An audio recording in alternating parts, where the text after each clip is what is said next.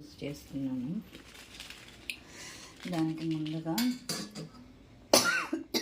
ఎండుమిర్చి కాల్చేసాను. వంకాయలు కూడా ఇదే విధంగా ఉల్లిపాయ వంకాయలు కాల్చేసుకుందాం. వంకాయలను కూడా ఈ విధంగా కాల్చేసుకుందాము. దీనికి ఉల్లిపాయలు తరిగి పెట్టుకుందాం. కొత్తిమీర, చింతపండు, బెల్లం అవి కూడా రెడీ చేసుకుందాం.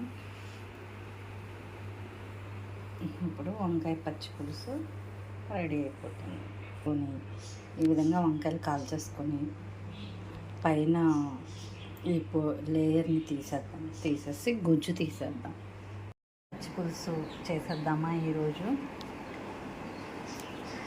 ఈ విధంగా కాల్చుకున్న తర్వాత వంకాయల్ని నిన్న కాల్చేసి పొట్టు తీసేసాను. పొట్టు తీసేసి ఈ ఎండుమిర్చి కూడా కాల్చి పెట్టుకున్నాను. ఉల్లిపాయలు తరిగాను, కొత్తిమీర తరిగాను, చింతపండు పేస్టు, కొంచెం బెల్లం, జీలకర్ర, కరివేపాకు. ప్రాసెస్ స్టార్ట్ చేద్దాము. ముందుగా జీలకర్ర వేసేద్దాము. జీలకర్ర వేసి అందులోనే మనం ఇప్పుడు ఇవి పెట్టుకున్నాం కదా, కాల్చి పెట్టుకున్న మిరపకాయలు వేసేద్దాం. అలాగే ఆనియన్స్ వేసేద్దాం. అలాగే వంకాయలు కూడా వేసేసారు. ఇవన్నీ వేసేసి బెల్లం వేసేద్దాం.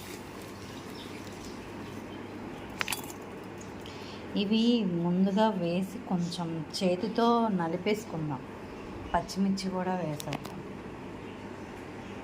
ఎండుమిర్చి, పచ్చిమిర్చి, కొత్తిమీర,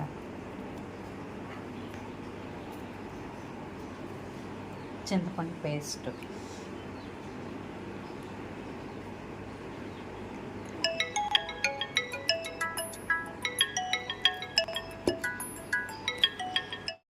మెత్తగా నలుపుకున్న తర్వాత దీనిలో చింతపండు పేస్ట్ కూడా వేసేసాను.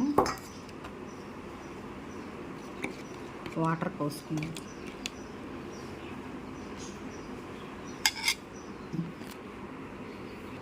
వంకాయ పచ్చి పులుసు రెడీ అయిపోయిందండి. మీరు కూడా ఒకసారి ఇలా ట్రై చేయండి. అది కనుక నచ్చినట్లయితే లైక్ చేయండి, షేర్ చేయండి, సబ్స్క్రైబ్ చేయండి. Thank you.